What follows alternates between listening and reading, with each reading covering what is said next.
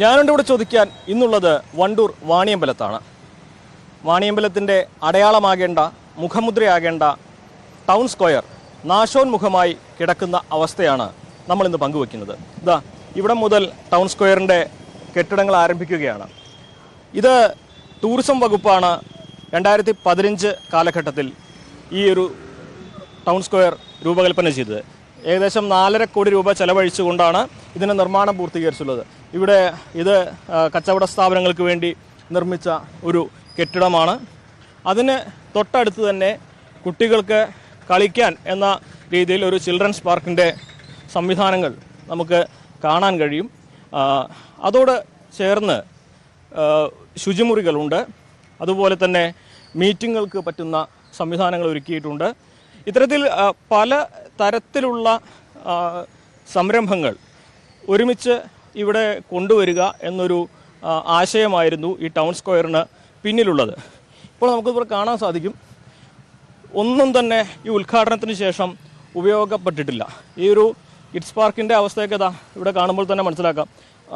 ഊഞ്ഞാലൊക്കെ പൊട്ടി തൂങ്ങിക്കിടക്കുകയാണ്. ഇതൊന്നും ആരെങ്കിലും ഇവിടെ കയറാൻ കഴിയില്ല, അത്രയും സുരക്ഷയുമില്ല. ഇവിടെ നിർമ്മിച്ച ശുചിമുറികളൊക്കെ വെള്ളവും വെളിച്ചമൊന്നുമില്ലാതെ ഉപയോഗിക്കാൻ കഴിയാത്ത അവസ്ഥയാണ്. ഇവിടെ താൽക്കാലികമായി ഇതൊക്കെ നോക്കാൻ ഏൽപ്പിച്ച അല്ലെങ്കിൽ ജീവനക്കാർക്ക് പൈസ പോലും കിട്ടാത്ത അവസ്ഥയാണെന്നാണ് പറയുന്നത്. മാത്രമല്ല, കഴിഞ്ഞ ദിവസങ്ങളുണ്ടായ കാറ്റിലും മഴയും, കാലങ്ങളായിട്ടുള്ള ഈ കാലാവസ്ഥയിൽ കാറ്റും മഴയൊക്കെ വരുമ്പോൾ ഇത്തരത്തിൽ പല നാശങ്ങളും ഇവിടെ ഉണ്ടായിട്ടുണ്ട്. ഇത് 4.5 കോടി രൂപ മുടക്കിയത് ആർക്കും തന്നെ, പൊതുജനങ്ങൾക്ക് ആർക്കും തന്നെ ഉപയോഗിക്കാൻ കഴിയാത്ത രീതിയിലുള്ളൊരു സാഹചര്യമാണ് ഇവിടെ ഉള്ളത്. ഇൻസിനേറ്റർ ഒടിഞ്ഞ് കിടക്കുന്നുണ്ട്. അപ്പുറത്തുള്ള കഫേറ്റീരിയയുടെ കെട്ടിടമാണ് നമ്മൾ കണ്ടത്. അതും ആർക്കും ഉപയോഗിക്കാൻ കഴിയാത്ത രീതിയിൽ മാറിയിട്ടുണ്ട്. ഇനി ഇതിൻ്റെ തൊട്ടപ്പുറത്ത് നമുക്ക് കാണാൻ സാധിക്കും ഇതിൻ്റെ ബാക്കി നിർമ്മാണങ്ങൾ. ഇത് ഏകദേശം 1 ഏക്കർ ഭൂമിയിലാണ് ഇത്രയും കെട്ടിടങ്ങൾ 10 വർഷം മുൻപ് നിർമ്മിച്ചത്.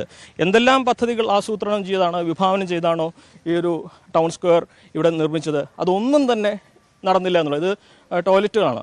ടോയ്ലറ്റുകൾ അടഞ്ഞു കിടക്കുകയാണ്. നമുക്ക് കാണാൻ സാധിക്കും വെള്ളവും വെളിച്ചമൊന്നും ഇല്ലാത്ത ഒരു സംവിധാനമാണ്.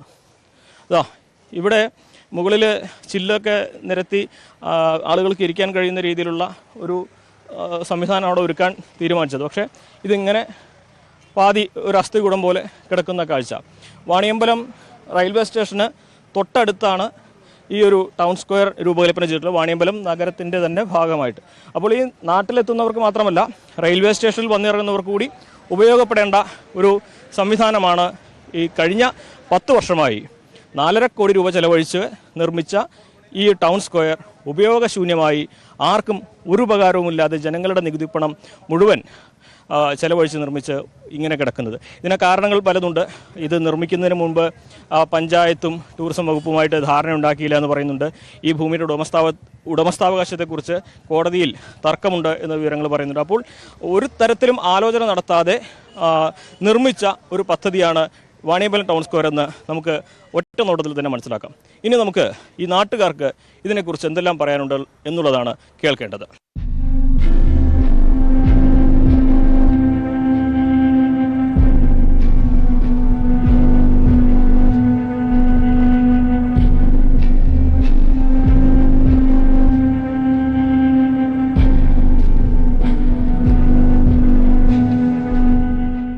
വാണിയമ്പലത്തിൻ്റെ അടയാളമാകേണ്ട ടൗൺ സ്ക്വയറിൻ്റെ ഇപ്പോഴത്തെ അവസ്ഥയാണ് നമ്മൾ കണ്ടത്. ഈ വിഷയത്തിൽ വലിയ പ്രതിഷേധം ഈ നാട്ടിൽ വരുന്നുണ്ട്. നമ്മോടൊപ്പം ഇന്നത്തെ ഞാനുണ്ടോ ചോദിക്കാനിൽ ടൗൺ സ്ക്വയറിൻ്റെ പ്രശ്നങ്ങൾ പങ്കുവയ്ക്കാൻ ഈ നാട്ടുകാർ ചേരുന്നുണ്ട്. വാണിയമ്പലം വികസന സമിതി ഫോറം പ്രതിനിധികൾ ചേരുന്നുണ്ട്. വിവിധ രാഷ്ട്രീയ കക്ഷി നേതാക്കളും പ്രവർത്തകരൊക്കെ ചേരുന്നുണ്ട്. നമുക്ക് അവർക്ക് എന്താണ് ഇതിൽ പറയാനുള്ളതെന്ന് ആദ്യം കേൾക്കാം. ഇപ്പോൾ ഈ ഒരു 1 ഏക്കറിലധികം സ്ഥലത്ത് 4.5 കോടി രൂപ ചെലവഴിച്ച് ഈ ഒരു ഉണ്ടാക്കിയിട്ട് ഏകദേശം 10 വർഷത്തോളം ആകാൻ പോവുകയാണ്. ആർക്കും ഉപകാരപ്പെട്ടില്ല എന്നുള്ള കാര്യം നമുക്കെല്ലാം കാണുമ്പോൾ തന്നെ മനസ്സിലാക്കാം. ശരിക്കും എന്താണ് ഇതിന് സംഭവിച്ചത്? 2014 ഇത് പഞ്ചായത്ത് തീരുമാനം എടുത്തുകൊണ്ട് DTPCക്ക് ഫണ്ട് വെച്ചുകൊണ്ട് ഇത് എങ്ങനെ ഒരു പദ്ധതി ഇവിടെ കൊണ്ടുവരുന്നത്. അപ്പോൾ DTPCയും പഞ്ചായത്തും ഈ പദ്ധതി വ്യക്തമായിട്ട് ഒരു എഗ്രിമെൻറ്റോ കരാറോ ഒന്നും വെക്കാതെയാണ് ഇവിടെ നടത്തിയിട്ടുള്ളത്. അന്ന് തന്നെ 23 മെമ്പർമാരും ഐക്യകണ്ഠേനയാണ് ഈ ബോർഡിൽ ഈ തീരുമാനം എടുത്തിട്ടുള്ളത്. അപ്പോൾ അതിൽ നിന്നും ആർക്കും ഒഴിഞ്ഞു മാറാൻ പറ്റില്ല. പിന്നെ ഇത് നിർമ്മാണം കഴിഞ്ഞതിന് ശേഷം DTPC പഞ്ചായത്തിനെ തിരിച്ച് ഏൽപ്പിക്കും എന്നുള്ളൊരു വ്യവസ്ഥ മാത്രമേ ഉള്ളൂ, എഗ്രിമെൻ്റ് ഇല്ല. അതുകൊണ്ട് തന്നെയാണ് ഇതിന് നിർമ്മാണ പ്രവർത്തനത്തിന് അന്ന് ആവശ്യമായ ഒരു മാനദണ്ഡവും പാലിച്ചില്ല. റെയിൽവേൻ്റെ അതിർത്തി പങ്കിടുന്ന ഈ സ്ഥലത്ത് റെയിൽവേൻ്റെ NOCക്ക് അപേക്ഷ കൊടുത്തിട്ടില്ല. അതേപോലെ നിർമ്മാണം നടക്കുന്ന സമയത്ത് പഞ്ചായത്തിൽ നിന്നും അതിനാവശ്യമായ ഒരു നടപടിക്രമങ്ങളും പാലിച്ചിട്ടില്ല. പിന്നെ നിർമ്മാണം കഴിഞ്ഞതിന് ശേഷം ഈ കെട്ടിട നമ്പർ നൽകുന്നതിന് വേണ്ടിയിട്ട് അതിനില്ല ഒന്നും ചെയ്തിട്ടില്ല. അപ്പോൾ ഇങ്ങനെ വ്യക്തമായൊരു കരാറില്ലാത്തതിൻ്റെ പേരിൽ തന്നെ ഇത് തുറന്നു കൊടുക്കാൻ കഴിഞ്ഞിട്ടില്ല. അന്ന് ഇത് ഇവിടെ കൊണ്ടുവന്ന മിനിസ്റ്റർ ആയിരുന്ന ഇവിടുത്തെ MLA ഈ പദ്ധതി ഉദ്ഘാടനം കഴിഞ്ഞിട്ടും 6 മാസം ഇവിടെ മന്ത്രിയായിരുന്നിട്ടുണ്ട്. അന്ന് ഇത് തുറന്നു കൊടുക്കാൻ അദ്ദേഹത്തിന് കഴിഞ്ഞിട്ടില്ല. ഈ വിഷയത്തിൽ ഇതിപ്പോൾ നമുക്കറിയാം, ഈ മലപ്പുറത്തിൻ്റെ ഏറ്റവും മികച്ച റെയിൽവേ സ്റ്റേഷൻ ഒന്നുകൂടിയാണ് മണിപ്പൂർ, നമുക്ക് ട്രെയിനിൽ കാണാം. അപ്പോൾ ഇവിടെ ഇത്രയും ആളുകൾ വരുന്നൊരു സ്ഥലം കൂടിയാണ്. അപ്പോൾ അവിടെയൊക്കെ ഈ നാട്ടുകാർക്ക് മാത്രമല്ല, ഇവിടെ എത്തുന്ന ആളുകൾക്ക് കൂടി ഉപകാരപ്പെടേണ്ട ഈ സംവിധാനങ്ങളാണ് ഇവിടെ ഇങ്ങനെ കാട് കൂടിയും അല്ലെങ്കിൽ ഉപയോഗപ്രദമല്ലാതെയും കിടക്കുന്നത്. അപ്പോൾ അതിൻ്റെ ഒരു നാടിൻ്റെ അടയാളമാവേണ്ട സ്ഥലമായിരുന്നു. ഇതിൽ കാതലായ പ്രശ്നം എന്ന് വെച്ചാൽ ഈ പദ്ധതി തുടങ്ങുന്നതിന് മുന്നേ തന്നെ ഇതിന്മേ ഒരു 14 സെൻറ്റിന്മേ ഒരു സ്വകാര്യ വ്യക്തിയായ കേസുണ്ട്. അത് മറച്ചു വെച്ചുകൊണ്ടാണ് അന്നത്തെ ആ മിനിസ്ട്രി അല്ലെങ്കിൽ അന്നത്തെ ഉദ്യോഗസ്ഥന്മാരൊക്കെ മറച്ചു വെച്ചുകൊണ്ടാണ് ഈ പദ്ധതി ഇംപ്ലിമെൻ്റ് ചെയ്ത്.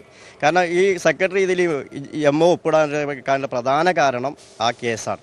ആ കേസ് ഇപ്പോഴും നിലക്കുന്നുണ്ട്. ഹൈക്കോടതിയിൽ ആ കേസ് നിലക്കുന്ന സിവിൽ കേസ്.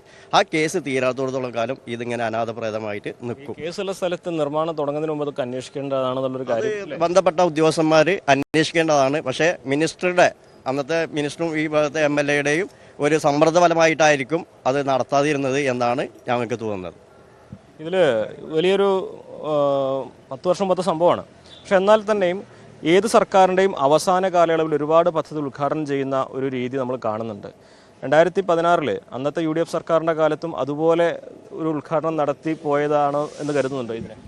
തീർച്ചയായിട്ടും ഇതിന് ഇവിടെ വന്ന് അന്വേഷിച്ചപ്പോൾ അറിയാൻ കഴിയും 4.5 കോടി രൂപയുടെ പ്രൊജക്റ്റാണ് ഇത് നടപ്പിലാക്കിയെന്നാണ് അറിയാൻ സാധിച്ചത്. പക്ഷേ നമ്മളിവിടെ മുഴുവൻ നടന്നു നോക്കിയാൽ അതിൻ്റെ 10% പോലും ഇവിടെ ചെലവഴിച്ചിട്ടില്ല എന്ന് നമുക്ക് മനസ്സിലാക്കാൻ സാധിക്കും. കാരണം 10 വർഷം മുമ്പാണ്. 2014 തുടങ്ങി 15 അവസാനിച്ചു. ഇവിടെ നേരത്തെ ഇവരെല്ലാവരും സൂചിപ്പിച്ചതുപോലെ ഇവിടെ ഒരു സ്വകാര്യ വ്യക്തിയുമായിട്ട് കേസിൽ കിടക്കുന്ന സ്ഥലം കൂടി ഏറ്റെടുക്കുന്ന രീതിയിലേക്ക്, ഏറ്റെടുക്കുകയല്ല അതിലേക്ക് കൂടി ഇത് സർക്കാർ പദ്ധതി എന്ന പേരിൽ കൊണ്ടുവരുമ്പോൾ ഇവിടുത്തെ സാധാരണക്കാരൻ നികുതി കൊടുക്കുന്ന പണമാണ് ഇത്തരത്തിൽ ഇവിടെ ദൂർത്തടിച്ചുകൊണ്ടിരിക്കുന്നത്. ഇപ്പോൾ നോക്കൂ, ഈ കെട്ടിടങ്ങളുടെ അവസ്ഥ എന്താണ്? അത് ഉദ്ഘാടനം കഴിഞ്ഞു എന്ന് പറയാം, അല്ലെങ്കിൽ ഇത് നിർമ്മാണ പ്രവൃത്തി കഴിഞ്ഞതിന് ശേഷം ഇന്ന് വരെ ഇങ്ങോട്ട് തിരിഞ്ഞു നോക്കിയിട്ടില്ല. ഇവിടെ രാത്രി 10 മണി അവസാനത്തെ രാജറാണി ട്രെയിൻ കൂടി പോയി കഴിഞ്ഞാൽ ഇവിടെ സാമൂഹ്യ വിരുദ്ധരുടെ ഒരു കേന്ദ്രമായിട്ട് മാറിയിരിക്കുകയാണ്.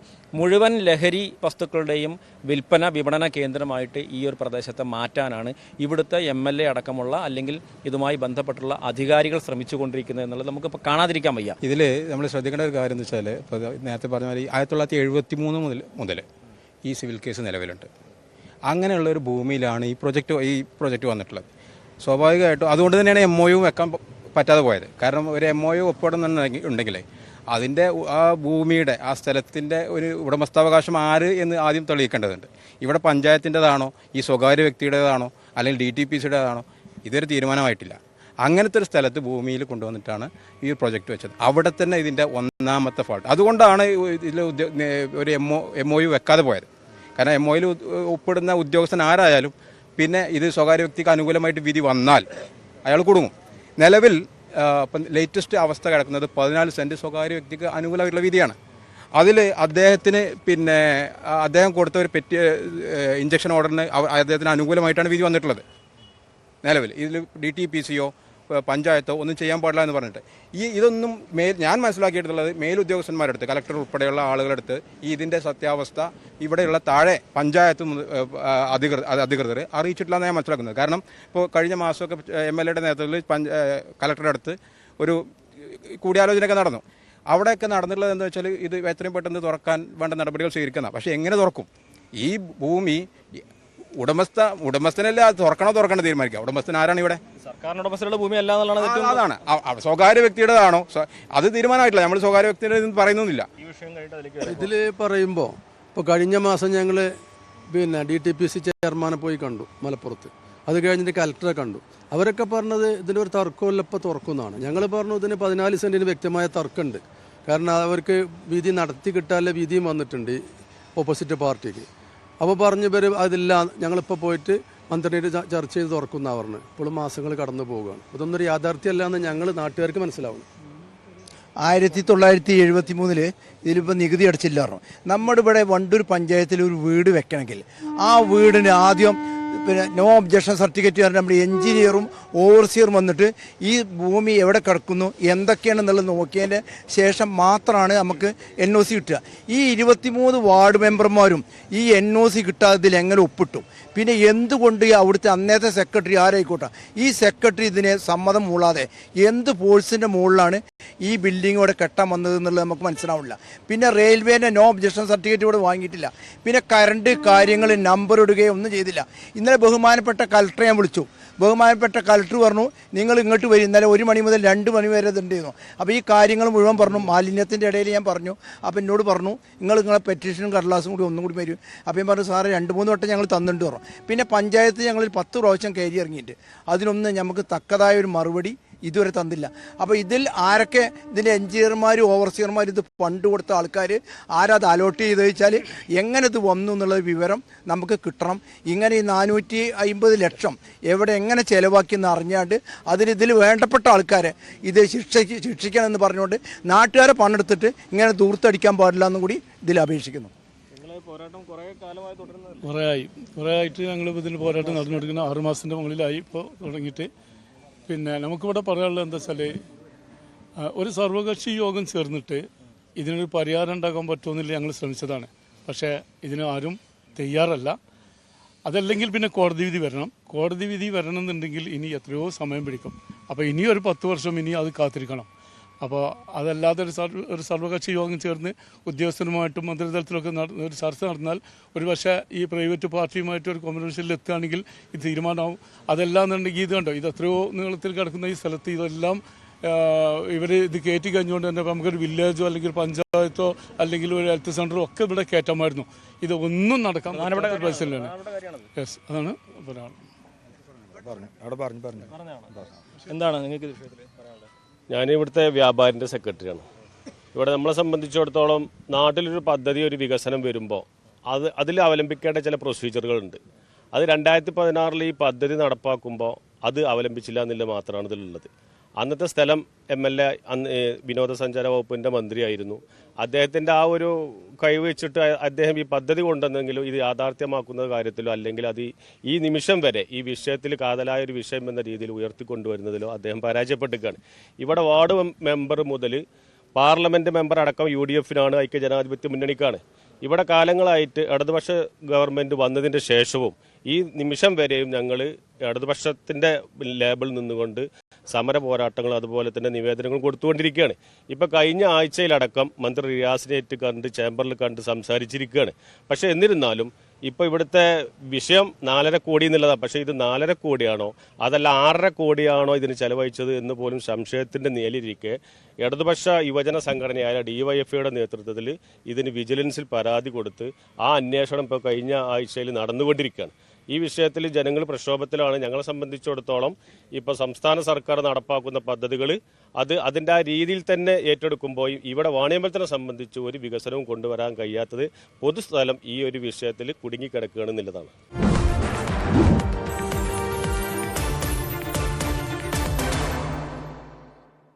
തെരഞ്ഞെടുപ്പ് മുന്നിൽ കണ്ടുകൊണ്ട് എങ്ങനെയും പൈസ തട്ട എന്നുള്ള രൂപത്തിലാണ് ഇതിവിടെ നടത്തിയിട്ടുള്ളത്. ഇപ്പോൾ നിങ്ങൾക്ക് തന്നെ ആലോചിച്ചാൽ ആ തല മുതൽ ഈ തല വരെ 4.5 കോടി രൂപയാണ് ഇതിന് ചിലവായിട്ടുള്ളത്. കാരണം എത്ര രൂപ ചിലവാക്കുന്നത് സാമാന്യബോധമുള്ള ആൾക്കാർക്ക് ഇത് ഊഹിച്ചാൽ മനസ്സിലാവും. 1 രൂപയുടെ ഉപയോഗം പോലും ഇതുവരെയായിട്ട് ഇതിൽ നിന്ന് ഇങ്ങോട്ട് കിട്ടിയിട്ടില്ല. അപ്പോൾ ഈ നഗ്നമായ ഈ അഴിമതിക്കെതിരെ ശക്തമായുള്ള വിജിലൻസ് അന്വേഷണം അടക്കം നടത്താൻ വേണ്ടിയിട്ട് വിജിലൻസ് കോടതിയിൽ അതിൻ്റെ കേസുമായിട്ട് മുന്നോട്ട് പോകുകയാണ്. ഈ 4.5 കോടി എന്ന് പറയുമ്പോഴേ 4.5 കോടി എന്ന് പറയുമ്പോൾ ഇപ്പോഴത്തെ മൂല്യം കൂട്ടുകയാണെങ്കിൽ 7.2 കോടിയാണ്. അതാണ് പിന്നെ ഈ വാണിയമ്പലത്തിൻ്റെ പ്രത്യേകത ഉണ്ട്. നിലമ്പൂര് മരവ്യവസായം പേര് കേട്ടതാ. പക്ഷേ ഈ വാണിയമ്പലത്തിൽ നിന്നായിരുന്നു ഏറ്റവും കൂടുതൽ മരം കയറ്റിപ്പോയിരുന്നത് ഒരു കാലത്ത്. നിലമ്പൂരിലേറെ ഇവിടെ അതിനുള്ള സൗകര്യം ഉണ്ടായിരുന്നു. ഇതിലൊക്കെ മരം അട്ടിക്കിട്ടായിരുന്നു. അന്ന് ഇവിടെ ഒരു പക്ഷേ മലപ്പുറം ജില്ലയിലെ ഏറ്റവും കൂടുതൽ വാഹനങ്ങൾ അതായത് ലോറി ഉള്ള കേന്ദ്രമായിരുന്നു വാണിയമ്പലം. ഞങ്ങളിപ്പോൾ 60 കൊല്ലം പിന്നോട്ട് പോവുകയാണ്. നാട്ടുകാർക്ക് അതാണ് പറയാനുള്ളത്. ആകെ ഒരു വികസനം വന്ന ഇതാണ്.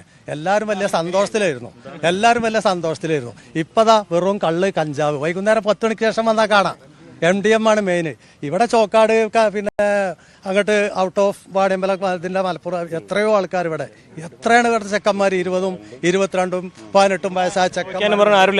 അത് മാത്രമല്ല ഇവിടെ ഒരു ലൈറ്റ് ഇല്ല. വണ്ടൂർ പഞ്ചായത്തിൻ്റെ അതിർത്തി നിശ്ചയിക്കണം അങ്ങനെയാണ്. വണ്ടൂർ പഞ്ചായത്തിൻ്റെ അതിർത്തി നിശ്ചയിക്കുന്നത് കറണ്ട് ഇല്ലാത്ത രാത്രി ആയി കഴിഞ്ഞാൽ ഏതോ സിനിമയിൽ മറ്റേ പറഞ്ഞാൽ കൊച്ചി എത്തി എന്ന് പറയുന്ന പോലെ പിന്നെ ഇവിടെ വണ്ടൂർ എത്തിയാൽ രാത്രി മനസ്സിലാവോ വണ്ടൂർ പഞ്ചായത്ത് എത്തി. സ്ട്രീറ്റ് ലൈറ്റ് ഇല്ല. അതന്നെ അടയാളം. എന്താണ് കാലങ്ങളായിട്ട് ഇവിടെ ചർച്ച നടന്നുകൊണ്ടിരിക്കുകയാണ് 10-11 വർഷമായിട്ട്. ഇതിനൊരു അറുതി വരുന്നില്ല. കാരണം ആരോപണങ്ങളും പ്രത്യാരോപണങ്ങളായിട്ട് വിവിധ രാഷ്ട്രീയ പാർട്ടികൾ രംഗത്ത് വരും. അതൊരു ഇലക്ഷൻ സ്റ്റണ്ട് മാത്രമാണ്. അപ്പോൾ അതിനൊരു അറുതി വരുത്താൻ വേണ്ടിയിട്ട് ഞങ്ങളൊരു കൂട്ടായ്മ ഉണ്ടാക്കി. വാണിയമ്പലത്തിലെ വിവിധ രാഷ്ട്രീയ പാർട്ടികൾ സമാന ചിന്താഗതിയുള്ള ആളുകളെ കൂട്ടിയിട്ട് വാണിയമ്പലം സുസ്ഥിര വികസന സംഘം എന്ന് പറഞ്ഞിട്ട് ഒരു സംഘം രജിസ്റ്റർ ചെയ്തിട്ട് ഇതിൻ്റെ പിന്നാമ്പുറത്ത് ഞങ്ങൾ കൂടിയിരിക്കുകയാണ്. എല്ലാം നേരിട്ട് പോയി ബോധ്യപ്പെട്ട് ഞങ്ങൾക്ക് ഓരോ കാര്യങ്ങൾ ബോധ്യപ്പെട്ടതിന് ശേഷം ഞങ്ങൾ പൊതുജനങ്ങൾക്ക് അവതരിപ്പിക്കാൻ വേണ്ടിയിട്ട് ഞങ്ങളൊരു ഓപ്പൺ ഫോറം വെച്ചു. അന്ന് മുഖ്യധാര രാഷ്ട്രീയ പാർട്ടികളൊക്കെ ഇന്ന് മാറി നിൽക്കുകയാണ്. അപ്പോൾ ഇതിൽ വൻ അഴിമതിയാണ് നടന്നിട്ടുള്ളത്. നിങ്ങൾക്ക് കണ്ടാൽ മനസ്സിലാവും. 4.5 കോടി 10 വർഷം മുമ്പ് പറഞ്ഞാൽ 10-20 ലക്ഷം കൊണ്ട് തീരാവുന്നൊരു പദ്ധതിയുള്ളത്. ബാക്കി 4 കോടി രൂപ ആരുടെയൊക്കെ പോക്കറ്റിൽ പോയി എന്നുള്ളതാണ് അന്വേഷിക്കേണ്ടത്. വിജിലൻസ് അന്വേഷണം എന്ന് പറഞ്ഞാൽ അതൊരു പ്രഹസനമാണ്. നേരെ മറിച്ച് വിജിലൻസ് കോടതിയാണ് അന്വേഷണം വെച്ചെങ്കിൽ അതിനൊരു പരിഹാരം ഉണ്ടാവും. പാലാരിവട്ടം പാലം അന്വേഷിച്ചതുപോലെയുള്ളൊരു അന്വേഷണം വന്നു കഴിഞ്ഞാൽ ഒരുപാട് തലവിടെ ഉരുളും. അതിൽ യാതൊരു സംശയമല്ല. അതിന് വേണ്ടിയിട്ടുള്ളൊരു കൂട്ടായ്മയിലൂടെയുള്ളൊരു ശ്രമമാണ് ഇപ്പോൾ ഞങ്ങൾ നടത്തിക്കൊണ്ടിരിക്കുന്നത്. പരിഹാരമായിട്ട് എല്ലാവർക്കും ഒന്ന് തുറന്ന് പ്രവർത്തിക്കണം എന്ന്. കാര്യം ഇത്രയും ഒരു നിർമ്മാണം, ഇത്രയും കോടികൾ മുടക്കി നിർമ്മിച്ച സംവിധാനങ്ങൾ ഇങ്ങനെ കിടക്കുന്നത് ഒരിക്കലും ശരിയല്ലല്ലോ. ഇത് എങ്ങനെയാണെന്നുള്ളൊരു പരിഹാരത്തിലേക്ക് എത്താനുള്ള നിർദ്ദേശം? ഇത് ഈ നാട്ടുകാരെ സംബന്ധിച്ചിടത്തോളം വലിയൊരു 4.5 കോടിയുടെ ചിലവാക്കി എന്നാണ് പറയുന്നത്. അതിൻ്റെ ഒരു ഉപകാരം ആർക്കും കിട്ടിയിട്ടില്ല. ഇപ്പം രാത്രിയായി കഴിഞ്ഞാൽ ഇവിടെ സാമൂഹ്യ ദ്രോഹികളുടെ ഇവിടെ ഈ രാജറാണി പോയി കഴിഞ്ഞാൽ പിന്നെ ഇവിടെ കഞ്ചാവ് അങ്ങനത്തെ MDM അങ്ങനെയൊക്കെ പല കച്ചവടങ്ങളാണ്. അപ്പോൾ എത്രയും പെട്ടെന്ന് അധികാരികളുടെ കണ്ണ് തുറന്നുകൊണ്ടത് ജനങ്ങൾക്ക് എത്രയും പെട്ടെന്ന് തുറന്നു കൊടുക്കണമെന്ന് നമുക്ക് ഈ കാര്യത്തിൽ പറയാനുള്ള ഈ വിഷയത്തിൽ. എന്താണ് വണ്ടൂർ പഞ്ചായത്തിൽ വാണിയമ്പലം പ്രദേശത്ത് നാട്ടുകാർക്ക് എല്ലാവർക്കും വലിയൊരു സ്വപ്നമായിരുന്ന 450 ലക്ഷം റുപ്യ 10 വർഷം മുന്നേ കൊടുന്നുകൊണ്ട് ഇവിടെ ചെലവാക്കിയതാണ്. അത് കൊണ്ടുവന്ന ആളുകൾ ഇന്ന് വരെ ഒരു മോണിറ്ററിങ് പോലും ഇല്ലാതെയാണ് ആ വർക്കിൻ്റെ ഫണ്ട് പിൻവലിച്ചിട്ടുള്ളത്. ഒരു വർക്ക് എഗ്രിമെൻറ്റോ ഒരു കാര്യമോ അതിൻ്റെ പിന്നിൽ നടത്തിയിട്ടില്ല. ഒരു പഞ്ചായത്ത് സെക്രട്ടറിയും DTPC ചെയർമാനും തമ്മിൽ ഒരു എഗ്രിമെൻറ്റ് വെക്കണം ഈ വർക്ക് തുടങ്ങണമെങ്കിൽ എന്നാണ് അതിൻ്റെ പ്രൊസീജിയർ. ആ ഒരു ഇതുപോലും ഒരു പാലിച്ചിട്ടില്ല. എന്നിട്ട് 10 വർഷം മുന്നേ ഈ 450 ലക്ഷം റുപ്യൻ്റെ മൂല്യം എത്രയായിരിക്കും? ഇപ്പോൾ ഒരു 750 ലക്ഷം റുപ്യൻ്റെ മൂല്യം ഉണ്ടാവും. എന്നതിന് ശേഷം അത് എന്തെങ്കിലും ആ മണ്ഡലത്തിലുള്ള അതേ MLA ആണ് ഇപ്പോഴും ഇവിടെ സ്ഥിതി ചെയ്യുന്നത്. ആ MLA മുൻകൈ എടുത്തുകൊണ്ട് സർവ്വകക്ഷി യോഗം വിളിച്ചിട്ട് MLAൻ്റെ അധ്യക്ഷതയിൽ ഇവിടെ ഒരു യോഗം വിളിക്കുകയാണെങ്കിൽ ഇവിടെ എല്ലാ പാർട്ടി കക്ഷി നേതാക്കളെയും ഒരുമിച്ചിരുത്തിക്കൊണ്ട് ഈ നാട്ടുകാർക്കുള്ള ഈ ഒരു നഷ്ടം നികത്തുന്നതിനു വേണ്ടി മുൻകൈ എടുക്കാൻ ഏറ്റവും ഉത്തരവാദിത്തപ്പെട്ട ആളെന്ന് പറയുന്നത് ഈ മണ്ഡലത്തിൻ്റെ പ്രതിനിധി MLA ആണ്. MLA അതിന് തയ്യാറാകുകയാണെന്നുണ്ടെങ്കിൽ ഞങ്ങൾ ഈ നാട്ടുകാർ മുഴുവനും അതിന് റെഡിയാണ്. എന്നിട്ടെങ്കിലും ഇതിപ്പോൾ ഇത്രയും കാലം നഷ്ടപ്പെട്ടതോ ഇനി ചർച്ച ചെയ്തിട്ട് കാര്യമില്ല. ഇനി അത് തുറന്നു കൊടുക്കാനുള്ള പ്രൊസീജിയർ എന്തൊക്കെയാണെന്നും അതിന് നിയമപരമായിട്ട് എന്തെല്ലാം നടപടികളായിട്ട് നമ്മൾ മുന്നോട്ട് പോകണം എന്നുണ്ടെങ്കിലും ഈ നാട്ടുകാരായ ആളുകൾ മുഴുവനും അതിന് തയ്യാറാണ്. അതിൻ്റെ ഒരു ഉത്തമ ഉദാഹരണമാണ് ഇത്. പല പാർട്ടിയിലും പല മേഖലയിലും പ്രവർത്തിക്കുന്ന ആളുകളാണ് ഈ കൂടിയിട്ടുള്ളതൊക്കെ. എല്ലാവരുടെ വാക്കുകളിൽ നിന്നും ഒരൊറ്റ കെട്ടായിട്ടുള്ള അഭിപ്രായം വരുന്നത് എന്ത് റിസ്ക് എടുത്തിട്ടായാലും വേണ്ടില്ല അത് തുറന്നു കൊടുക്കണം എന്നുള്ളതാണ്. അപ്പോൾ എതിർപ്പുകളെല്ലാം മറികടന്നുകൊണ്ട് ഒരു സർവകക്ഷി യോഗം ഇവിടെ നടത്തുകയാണെങ്കിൽ ഞങ്ങൾക്കൊക്കെ അഭിപ്രായ വ്യത്യാസമുണ്ട്. പക്ഷേ ആ അഭിപ്രായ വ്യത്യാസങ്ങളൊക്കെ മാറ്റി വെച്ചുകൊണ്ട് ജനങ്ങൾക്ക് ഇനിയുള്ള കാലങ്ങളിൽ ഇത് ഉപയോഗപ്പെടുത്താൻ പറ്റും എന്നുണ്ടെങ്കിൽ അത് തുറന്നു കൊടുത്തുകൊണ്ട് ഈ സാമൂഹ്യ വിരുദ്ധരും ഈ റെയിൽവേ സ്റ്റേഷനിലേക്ക് നടന്നു പോകുന്ന ആളുകൾക്കുള്ള യാത്രയും എല്ലാ പ്രശ്നങ്ങളും അതേമാതിരി ശൗചാലയം പൂട്ടിയിട്ടൊക്കെയാണ് 10 വർഷമായിട്ട്. അതൊന്ന് തുറന്നു കൊടുക്കുകയാണെങ്കിൽ കുഴൽക്കിണർ ഇതിലുണ്ട്. KSEB ഒരു കറണ്ട് ലൈൻ വലിക്കുകയാണെങ്കിൽ അത് പൊതുജനങ്ങൾക്ക് ഉപയോഗിക്കാം. വാണിയമ്പലത്ത് വന്നാൽ ഒരു യൂറിൻ പാസ് ചെയ്യാനും കൂടിയും ഒരു സൗകര്യം ഇല്ലാത്തൊരവസ്ഥ ഈ ഒരു കാലഘട്ടത്തിൽ ഉണ്ടാകുക എന്ന് പറഞ്ഞാൽ കേരളത്തിന് തന്നെ അപമാനമാണ്. അപ്പോൾ അതിനൊരു മാറ്റം വരുത്തുന്നതിന് വേണ്ടി നമ്മുടെ സ്ഥലം MLA തയ്യാറാവുകയാണെങ്കിൽ രാഷ്ട്രീയം മറന്നുകൊണ്ട് എല്ലാ ആളുകളെയും ആ യോഗത്തിൽ പങ്കെടുപ്പിക്കാനും ആരോഗ്യ ആരോഗ്യകരമായ ഒരു ചർച്ച നടത്തി അതിനൊരു തീരുമാനത്തിലെത്തിക്കുന്നതിനും ഞങ്ങളെല്ലാവരും സന്നദ്ധത അറിയിക്കാനും കൂടിയാണ് ഈ അവസരം ഉപയോഗിക്കുന്നത്. ഞാൻ വാണിയമ്പലം ടാക്സി ഡ്രൈവറാണ്, ടാക്സി സ്റ്റാൻഡ്. ഞങ്ങളെ സ്റ്റാൻഡായിരുന്നു ഏറ്റവും ഫ്രണ്ടിലുള്ള ബിൽഡിങ്ങിൻ്റെ അവിടെ ഉണ്ടായിരുന്നത്. ഇതിൻ്റെ വർക്ക് സ്റ്റാർട്ട് ചെയ്ത സമയത്ത് ഞങ്ങൾക്ക് അതിൻ്റെ സ്കെച്ചും പ്ലാനൊക്കെ കാണിച്ചു തന്നിട്ട് ഞങ്ങൾക്ക് നല്ല കട്ടട്ട ഒരു സ്റ്റാൻഡാണ് ഞങ്ങളോട് പറഞ്ഞിട്ടുണ്ടായിരുന്നു. എന്നിട്ട് ഞങ്ങൾ അവിടുന്ന് ഇവിടത്തേക്ക് മാറ്റി. ഇപ്പോൾ ഇവിടെ പറഞ്ഞാൽ ഞങ്ങൾക്ക് രാത്രി ഒന്നും വണ്ടി ഇട്ട് പോകാൻ പറ്റില്ല. രാത്രി ഒരു 9-10 മണി കഴിഞ്ഞാൽ ഫുള്ള് മയക്കുമരുന്ന് മാഫിയൻ്റെ ഒരു കേന്ദ്രമാണ്. വണ്ടിമ വരഞ്ഞിട്ട് ഇതാക്കിയിട്ട് അങ്ങനെയുള്ളൊരിതാണ്. അപ്പോൾ അത് പൊതുജനങ്ങൾക്ക് ഓപ്പൺ ആക്കി കൊടുക്കുന്ന ആ ഒരു ഇതിൽ ഞങ്ങൾക്ക് സ്റ്റാൻഡും കൂടി ഞങ്ങളെ മുന്നേക്ക് ഒന്ന് മാറ്റി കിട്ടാനുള്ള ഒരു സംവിധാനം കൂടി ഇതിലുണ്ടാവണമെന്നാണ് ഈ അവസരത്തിൽ പറയാനുള്ളത്. ഇപ്പോൾ എല്ലാവരും പറഞ്ഞു, എനിക്കായിട്ടൊന്നും പറയാനൊന്നുമില്ല. എന്നാലും നമ്മുടെ വാണിയമ്പലത്തിൻ്റെ ഹൃദയ ഭാഗത്ത് ഇത്രയും നല്ല കണ്ണായൊരു സ്ഥലം ഇങ്ങനെ വെറുതെ കാട് പിടിച്ച് നശിച്ചു പോവുക എന്ന് പറയുമ്പോൾ നാട്ടുകാരെ പോലെ തന്നെ എല്ലാവർക്കും വിഷമം ഉണ്ടാക്കുന്ന കാര്യമാണ്. പിന്നെ ഇതൊക്കെ ശരിയാക്കിയിട്ട് ലേലം ചെയ്തിട്ടുണ്ടെങ്കിൽ പഞ്ചായത്തിന് തന്നെയാണ് അതിൻ്റെ ഏറ്റവും വലിയ ഗുണം. ലക്ഷങ്ങൾ മാസം അവർക്ക് വരുമാനം ഉണ്ടാക്കാം. പക്ഷേ ഇതൊന്നും ചെയ്യാതെ ഇതിൽ സത്യം പറഞ്ഞാൽ ഇവിടെ ജോലി ചെയ്യുന്ന വർക്കേഴ്സിന് പോലും മര്യാദയ്ക്ക് ശമ്പളം വരെ കൊടുക്കുന്നില്ല എന്നുള്ളതാണ് സത്യം. ഇനിയിപ്പോൾ എന്താണ് നമുക്ക് ഇതിലെന്താ ഇവിടെ പറയുന്ന ഈ മുഖ്യധാര രാഷ്ട്രീയ പാർട്ടികളൊക്കെ പറയുന്ന ഒരു ഇത് ശരികേട് എന്തോ വെച്ചാൽ 73-ലൊരു കേസ് നടക്കുന്നുണ്ട്. അന്നൊക്കെ ഈ കമ്മ്യൂണിസ്റ്റും കോൺഗ്രസും ഒക്കെ ഉണ്ട്. ഇപ്പോൾ ഈ MLA ഒരു ചർച്ച വിളിക്കണം എന്ന് പറയുന്നത് ഒരു അർത്ഥമല്ല. അന്ന് മുതൽ 73-ല് ഒരു ഹൈക്കോടതി വിധിയാണിത്. അന്നേ ഉണ്ടിത്. ഇപ്പം അടുത്ത കാലത്താണ് ഇപ്പോൾ 14 സെൻറ്റ് സ്ഥലം ഈ ഇത് കിട്ടിയത്. അന്നേ 2 മുഖ്യ രാഷ്ട്രീയ പാർട്ടികൾക്കും ഇതറിയാം. അവർ വീതം വെച്ചു. ഏത് സമവായ ചർച്ചയിൽ പോയാലും കോടതി അന്തിമ അനുമതിയോടെ കോടതി 14 സെന്റ് വിധി. ഇനി 14 സെന്റുമേ ഒരു നിർമ്മാണ പ്രവർത്തനങ്ങളും നടത്താൻ കഴിയൂല. അത് ഏത് ഭാഗത്താ സ്ഥലം? അത് ആ ഫ്രണ്ടിൽ കാണുന്ന സ്ഥലം, ആ ഫ്രണ്ടിൽ കാണുന്ന സ്ഥലമാണ്. ഈ വർക്ക് നടക്കുമ്പോൾ ഇപ്പോഴത്തെ രാഷ്ട്രീയ പാർട്ടികൾ എന്താ പറയുന്നത് അറിയോ? ഇവരെന്തുകൊണ്ടാണ് നേതൃത്വത്തിലാണ്. പല ആൾക്കാർക്കും കോടതികൾ പോകാൻ ഒരു പേടി, ചിലവില്ലാത്ത ഒക്കെ ഉണ്ട്. അവർക്ക് കാശൊക്കെ ആയപ്പോൾ അവർ കേസിന് പോയി. ഇപ്പോൾ MLAൻ്റെ കാര്യം നടന്നു. ഇനിയിപ്പോൾ തെരഞ്ഞെടുപ്പ് വരാൻ പോവാണ്. വണ്ടൂരിൽ ആ തെരഞ്ഞെടുപ്പ് മുന്നിൽ കണ്ടാണ് ഈ 3 പാർട്ടികളും ഇപ്പോൾ നിൽക്കുന്നത്. അതുവരെ ഇതൊന്നും ആവൂല. എന്തൊക്കെ ചർച്ച നടത്തിയാലും ആരൊക്കെ എന്ത് വട്ടമേശ നടത്തിയാലും ഒരു ചർച്ചയും നടക്കൂല. ഇപ്പം പ്രതിവശത്തിരിക്കണവർക്ക് ഭരണവശത്ത് കയറാൻ ഒരു പാലാണ് അവരിത് കാണുന്നത്. അത്താണിക്കത് ബീവറേജ്, താളിമുണ്ട് റോഡ്, ഇവിടുത്തെ മേൽപ്പാലം, ഇതൊക്കെ അവർ സ്വപ്നം കാണണം. എന്തോരോ കോൺഗ്രസിന് ഇതൊന്നും കഴിഞ്ഞില്ല.